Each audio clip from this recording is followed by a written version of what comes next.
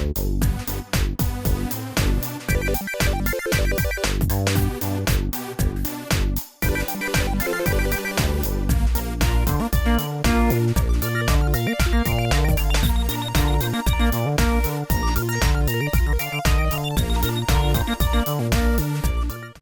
guys, welcome to an all-new Collection Expansion Extravaganza right here on ToyWorldOrder.com, starring me, Duvall, and my wife, Carrie Duvall. I almost said my best puppet pal, Puppet Duvall. That would have been really weird. Sorry. Me move. I don't know how to do puppet. Oh, Yeah. I'm not good at it. I don't speak good puppetese. Carrie and I are back with an all-new look at some of the cool stuff we have. And to start off, we're going to show off some of the stuff that our good friend Brent Scarano sent a while back. That one of the things I'm not showing though, that I've already put it up, and I apologize to Brent, but he sent me this giant glow-in-the-dark King Triton sword, like it was battery powered, and it lit up. And I put it up because we were getting really messy with stuff, and I had to put some stuff some places. So I put it up, and now I can't get it out without taking everything else down. But this is really cool. It was like from the Disney parks, this giant light-up King Triton sword, which was neat. But he sent us a bunch of other Disney stuff in that care package, and some of the stuff is really cool. Like this was a 1986 Gift Giver Extraordinaire, and it's a Goofy button from the Adventureland pin, and these were well before Disney pins were a thing, because those didn't happen until the late 90s. But these were some of the cool little giveaways that you could get at the parks for doing different things. You know, they still kind of do. I think this is it just says Disney souvenir, Disneyland souvenir in. Can't tell what it's like printed on the card, but it's kind of rubbed off. But this came from Disneyland, and they still do kind of give out buttons for certain things, but these were pins they used to give out for different achievements in the parks and stuff that you would do. So very cool little Goofy Disney pin that, again, Goofy is Carrie's favorite Disney character of all time, so that's hence anytime somebody finds something Goofy that we don't have, we get, such as our little friend, I don't know what he's dressed as. He's a cowboy? I think he's supposed to be... Something? I think he's supposed to be a pirate. He's one of the pirate characters because he's posable. So it goes with all these other guys? Well, the other guys, we actually have the pirate Goofy that goes with what we're about to show you, which I think he is another pirate, but he's supposed to maybe... He was supposed to maybe have, like, he was the accordion player. So he is Goofy dressed up as a little pirate there. But we also have Mickey, Pete, and Pluto from a large Disney park Mickey Mouse and Friends Pirates of the Caribbean set, and they all have they're all articulated the arms, so they move. Well, except Pluto. Except Pluto, but Mickey and Pete have, you know, Mickey's supposed to be Captain Jack, so he's dressed up as Captain Jack Sparrow. There is a Goofy from this, and we do have the Goofy from this little set that we actually found separately. So these little cute little Disney Pirates of the Caribbean set, and these are still, you can still find these in the Disney park. They still make these. It's still a very popular attraction. Right, yeah. So they still make all the kinds of toys for that. Which is kind of cool to go in and see and go, hey, we have those.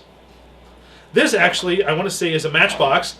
We've got a couple other Matchbox cars. A little dirty, needs cleaned up. I haven't had a chance to really clean it. A good Magic Eraser bath will brighten it up. But this is a Matchbox Minnie Mouse card.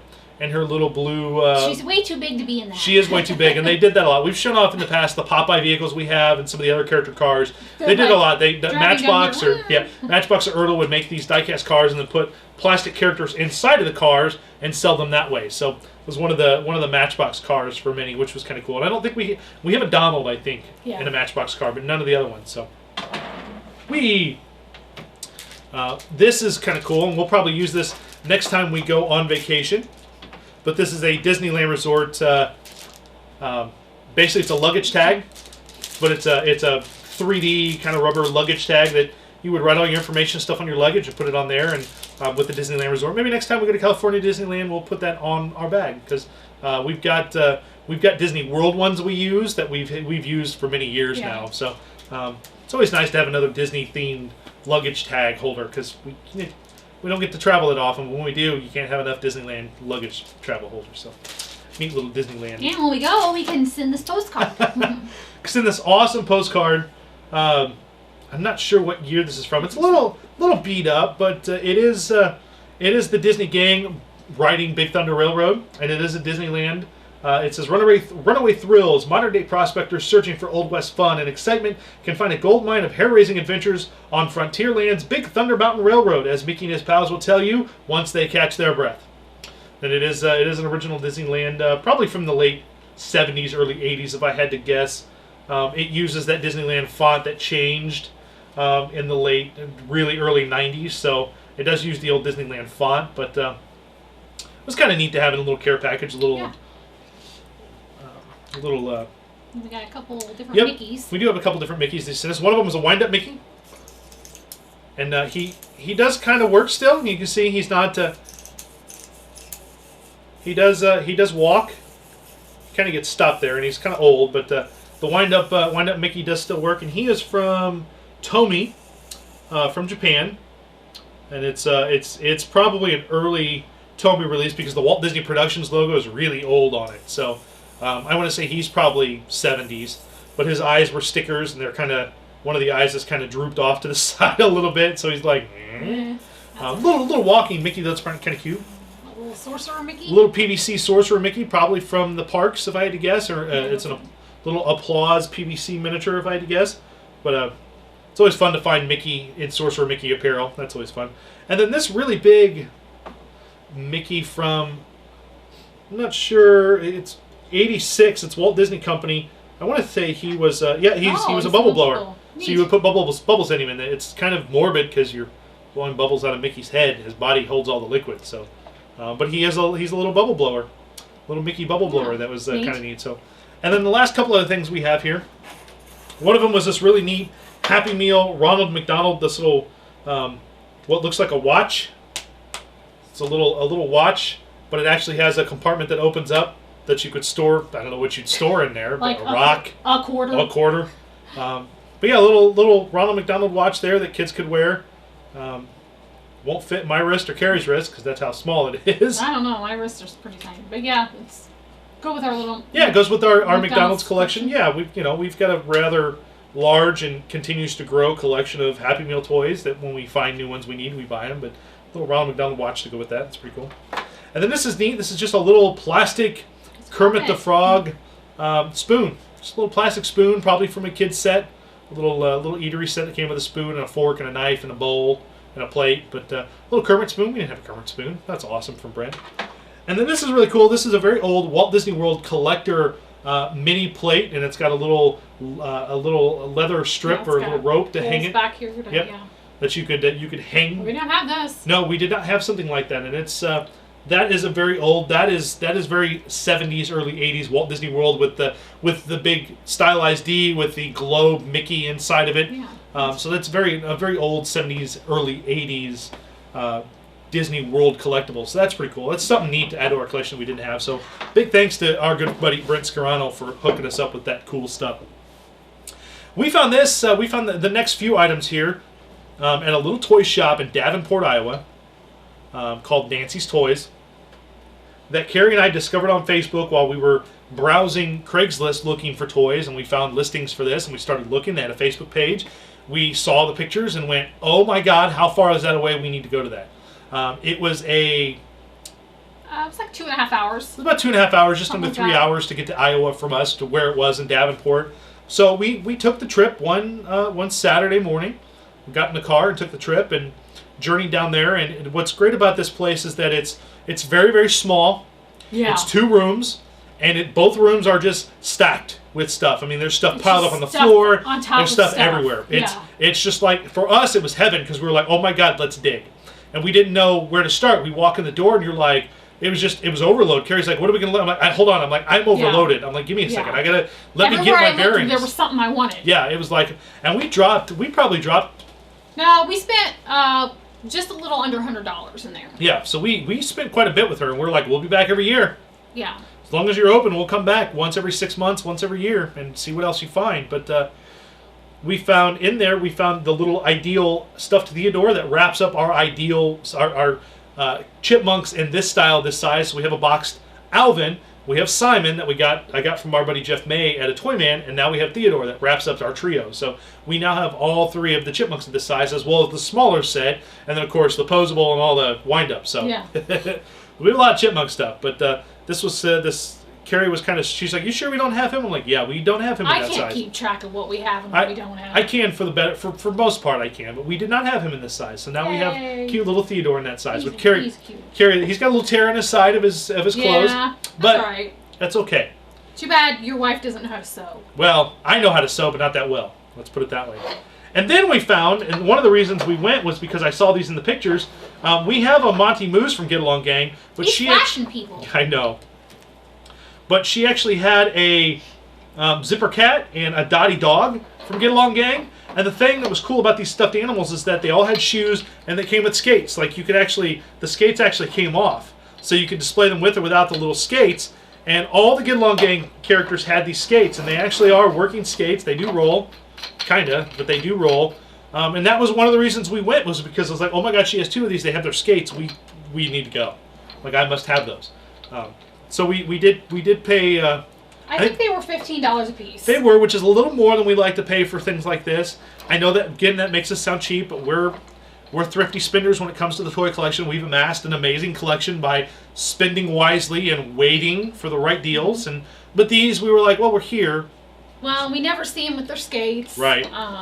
So we picked them up, and they're all complete. They're all, they're loose, of course, but they have everything. Dottie still has both her ribbons. Her hair, her ears are really in nice condition. Her dress is in nice condition. She has her shoes and her laces. Zipper has his little bandana tied around his tail and his head. His coat, he still has his hood and his shorts and everything. So we, for $15 a piece, you can't beat that. So it's really cool. Yeah, super cute. Very cute. Now, so are we still missing? There are quite a few. There are a number we're missing. We're missing Woolma Lamb. I couldn't say her because it's a hard name. Yeah, Woolma Lamb. We're missing her. We're missing the skates for Monty Moose and his shoes. And then I think there's one other character in that group that we're missing that we don't have. So someday. Yeah, someday. Also in her store, she had a bunch of books, and I ran it. This is the first thing I grabbed because I was like, "Oh my god, I have to have that." This is a great book that I had when I was a kid from Golden, and it's a Masters of the Universe press out book.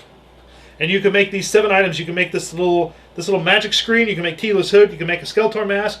You can make a little stand up thing of Man at Arms, He-Man, Battle Cat, Skeletor, and Beastman, a Do Not Disturb, or He-Man's armor.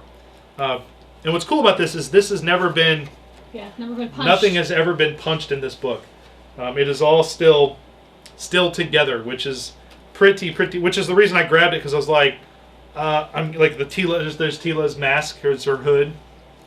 So I was like, I'm buying. I think she had like $4 on it, and I was like, don't care buying it, because you never see, we never see press out books like this that are still in good shape. There's He-Man's armor. There's the Skeletor mask. Nine Skeletor. And then of course the little magic screen part. But again, it was something that, originally it retailed for $1.29. So whoever had it bought it, never did it, thank God. And now this will sit on the bookshelf with all the rest of the cool press-out books that we have. But for those of you wondering what the transforming picture is, it's one side, it's Prince Adam and Evil Lyn, and then if you slide the thing, Evil Lyn becomes Screech, the evil hawk, and then Prince Adam becomes He-Man. So very neat press-out book from 1985. So for it to survive this long without being pressed out is pretty remarkable. We stopped at an antique store in Pekin, not Pekin, Peoria. Yeah. Right inside Peoria, as we were driving across the bridge. There's this big bridge you go across to Peoria that you drive over the Mississippi. And Carrie's like, oh, I wonder if they have an antique store here. And I found one that was really big. And I'm like, oh, we got to go back across the bridge. She hates driving across bridges. Yeah. I'm like, well, let's turn around. We got to go back across the bridge, and it's right outside of town. But we were looking around, and we had seen one of these at an antique store in St. Louis and passed on it because I was like, oh, cool, I want that. And then there wasn't a price on it, and the booth was like 50% off except for certain tagged items, and this was one of those tagged items, and he wanted like, I think $50 for it or something. I was like, yeah, I don't want it that bad. But we found one at this antique store for $10, and it's actually a very cool collector record from the Disneyland Park, from Walt Disney World actually, of the Main Street Electrical Parade, and it's a 2-sided record, and it actually has the entire parade, the music and everything on this record, and it goes in this little plastic protector. It's kind of a tight fit, but it was made for this. I know it's like, there we go. a little plastic protector for it, and I think they wanted $5 for it. And then they had a deal where it was like 30% off. So I don't know. It was a lot cheaper than where we'd seen it before. Yeah. So picked it up, and that'll go in the display case. Slowly but surely, we've been getting more and more Colorform sets, and they become harder and harder to find a place to display. But this one we found in that same antique mall, and it's this was done in the 70s. And it was done in 1976 for the Spirit of 76 for the anniversary of America for 1776, and it's the Mickey Mouse Spirit of 76 Colorform set. And we opened it thinking, oh, but it was all complete. The box is a little beat up, but all the pieces are there, including the little Happy Birthday America, the little booklet that kind of gives you an idea of, a couple of the things you can do with it. So it was it's easy to find Colorform sets. It's rare to find them with the little book. You can find them complete, but with this little fold-out book, they're really difficult to find that way. But of course, I think it was $10, which is more than we like to spend on Colorform sets. But for something that is all there, all the Colorform pieces are there. The actual stage is in really nice condition. We couldn't leave it there. So Carrie was like, "Well, Carrie was the one who was like, we're buying this," and I'm like, "I'm not going to complain. Yeah. I won't fight you on that." Of course not. Like, cool. Like, we need new Colorforms. So we don't. Well, we do, but we don't. Some of the action figure stuff, some more Masters Universe stuff this time around. This, of course, I found these separate, but I found a Stridor, which was Fisto's horse, who was in the seat here. But I found a Stridor with his guns, with his little helmet, with the tail gun. The tail's missing. I don't have a tail for Stridor, but that's okay. The stickers are gone, but there's a site where you can reprint a lot of these stickers, and I might one day just clean these stickers up, reprint the stickers that go on his sides, and put them back together. But you can put any Masters of the Universe character inside a Stridor. The weird thing about the two horses, Stridor and Fisto, Jitsu had a horse too, and I don't remember his name, but I remember Stridor because I had Stridor as a kid. You're saying a lot of words I don't understand. I know. The legs, he's not posable. There's nothing on here that moves. This is all it is. Like, the head doesn't move, the legs don't move, the guns move, and the tail moves, but this is how you would... You would think that Mattel would have made the legs movable. They do not. Look like they would. They do not move. Stridor was not a very posable little addition to the Masters of the Universe line. And then to go with... Not to mention, they made it with one leg, like... Yes, they did. They made it with one leg up, so he's kind of... He still kind of stands pretty good. Yeah, he stands pretty good, but it's kind of like...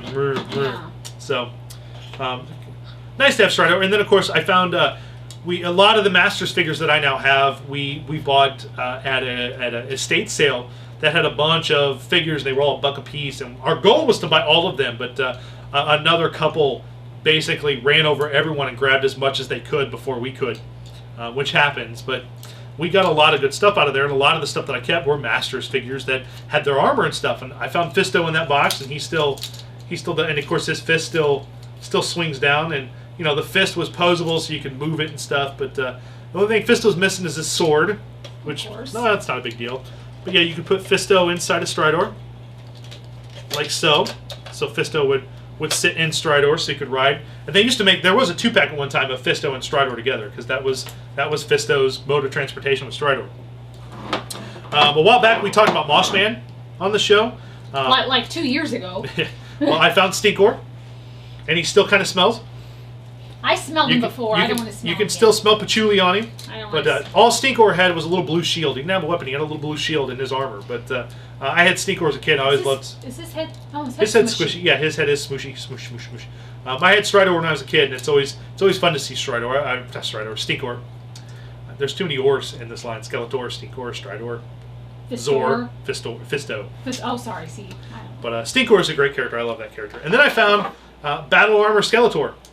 And I'm pretty sure I have a Battle Armor He-Man. I did not have Battle Armor Skeletor, so I did find Battle Armor Skeletor. And his chest still works. Let me see. I'll show you. It just changes. Yep, see, you pressed his chest. 1 scar, pressed again. 2 scars. Wow. I had both Battle Armor characters when I was a kid, and I loved the Battle Armor stuff. I always thought they were really fun. And just a great way for them to keep He-Man and Skeletor out there in some way, shape, or form as the line went on. But Battle Armor Skeletor is really cool. This was the other alien vehicle that I got from my buddy Spike. Last time we talked about the cover tread. This one, I don't remember what the name of this vehicle was, but this was one of the other big vehicle that actually was a nice little vehicle for the aliens line. But you could the back of it, you could put a figure on here, and he can control the gun back here. You can have a figure pilot in here. They had this little capture noose that you could put around an alien's head and then push the button in and it would zip them back in. It also has this little gun that comes up to fire. So you bring it up here, and then there's missiles in here that when you press the pull the bottom thing out and let it go, it shoots these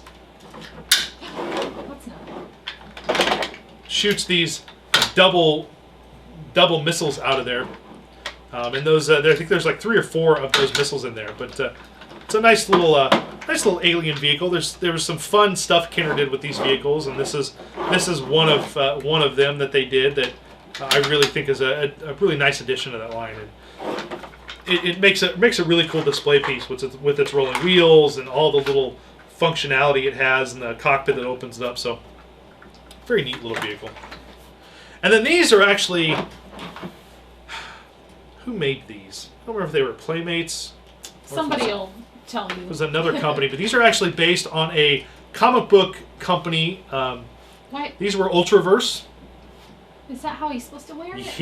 Yep. These were not. They were not great figures. That's dumb. Yeah, they were pretty. It's way too big. This is Prime from Ultraverse. And of course, he had all this chrome gold stuff on him, but he has this really funky helmet. Was this a cartoon or something? It was a comic book series. It was a cartoon. They licensed the crap out of this stuff, out of these figures, but he's got this weird little. I mean, the figure alone is just this is how he looked in the comic, but he was this very over bloated, like muscular. Arms. Yeah, his arms gross. He was very.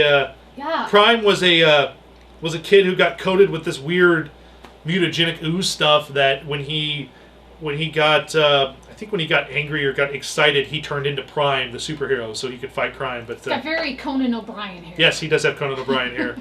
But he's got this weird helmet that goes on his head that he can wear with this rocket launcher, and then the cape, which the cape does not. That's dumb. In the comic, that's how he was drawn. The cape was all weird up and crazy looking. So that's Prime, and then I want to say this is Hardcase from that same line.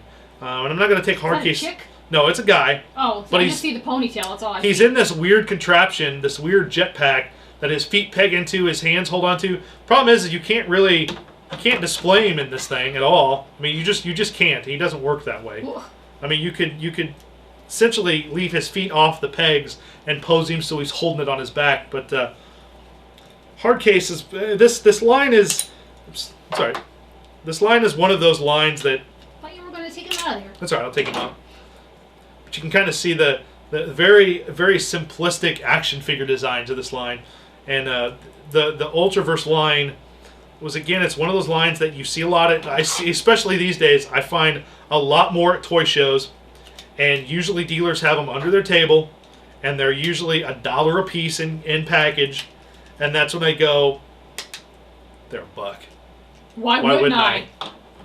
Yeah, but you can't even you can kind of pose him. Yeah, that's kind of dumb. Yeah, they weren't great figures. Well, how are you gonna do it? I don't know yet. Just lay him down? I don't know yet. Maybe I'll hang him from a thread or something. But Hardcase from the Ultraverse line. But some interesting action figure stuff. And then we've got a couple board games, which are down here because I didn't have room for them. Both of which came out of the same auction that our Ideal Ralph the Puppet came out of, and our Rainbow Bright Shrinky Dinks and stuff. But we bought a whole bunch of a game. Actually, one of them did, one of them didn't. Fun City actually came out of a trip to St. Louis I took to see our buddy dealer Dan, and he took us to some antique stores and stuff. And I found this in one of the antique stores, and I think it was like $2. But it's Fun City from Parker Brothers, and there's no such thing as a typical day in Fun City. It's basically where the craziest things happen like clockwork. And this game is it's pretty interesting because the board for it, of course, is pretty simplistic. There, you've got your little city. Different places in the town. Yep, you got your little city. But the key part to this game is the very interesting clock that basically... Huh. Okay. And you do it until, I believe, until the little grandmother thing pops up, and then you lose a turn. I haven't read the instructions, but this was 87 in Parker Brothers.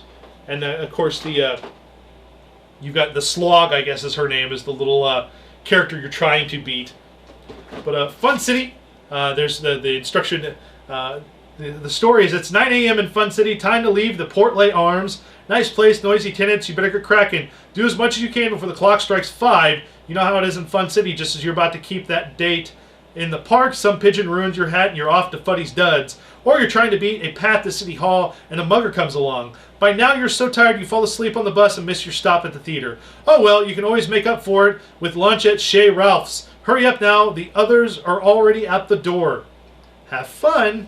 So, it's a very very interesting game from Parker Brothers in the 80s, but when I find odd games like this for a couple bucks, yet they're complete, which it was, I'm going to buy it to add to the collection for eventual on board. So, because that's what board is all about, is these really ridiculous games that no one's heard of. And it's like, I'm going to show you just how ridiculous this game is. Some of those are the best. Oh, yeah. No, absolutely. Kind of like this, we've talked in the past many times about how Ideal had some of the best games, and in the upcoming season of Board, which should have either be airing or is aired since you saw this, we did a game called Careful. And we actually, it was an Ideal game. We actually shot it live. Danny and I shot it live playing it. And it's an Ideal game, and it's another one of those ones that shows you how fun and how crazy a game like that can be from the 60s and 70s. This one is called Challenge the Chief. And this was something that was in one of those auction lots that I was like, I want this lot just because I want this game. And it came with a bunch of puzzles, and I'm like, we don't really want the puzzles. But Challenge the Chief, which is the game of marble balancing strategy.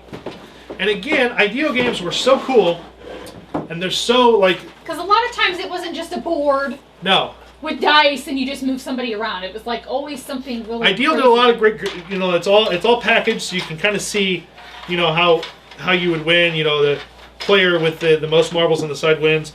Little box of marbles that has Ideal and actually has Challenge the Chief on there. Just shows you that'll be fun. How unique Ideal games were. So it's really... Is there instructions? They're on the inside here. Okay, I was gonna say, cool. The basic idea of the game: a nerve-tingling test of judgment and coordination. Try to give the chief all your marbles by placing them on his tomahawks, but don't get them out of balance or he'll give marbles back. You gotta have coordination. You're gonna lose. Oh yeah, no, I'm gonna lose. Neat. Be the first player to give all your marbles to the chief by balancing them on the tomahawks. So. That'd be fun. Very cool Ideal game. And I want to say, what year was that? That is 1973. Wow. So I was not even a thought when this game came out, and neither was her. We were nothing. Just, I don't know, things floating in people. Gross. Yeah, that's what happens. Miracle of life, kids. Well, gang, that'll wrap up for this episode of Collection Expansion Extravaganza. Make sure you check us out on youtube.com/ToyWorldOrder. Hit the subscribe button, like all of our videos, comment, helps us out greatly. Great fan base on Facebook.com. Go to Facebook.com and look up Toy World Order Fans, one of the best toy groups on the internet today on Facebook. Lots of great love and respect there for toys. It's a family-friendly group, and we are always sharing pictures and stories and stuff of some of our finds and everything. So it's a great place to hang out. Also, make sure you check us out. Check Mrs. Duvall out on Twitter. You can follow her at Mrs. Duvall. You can follow me on Twitter and Instagram at Puppet Duvall. And until next time, gang, keep digging because you never quite know just what you're going to find. Take care.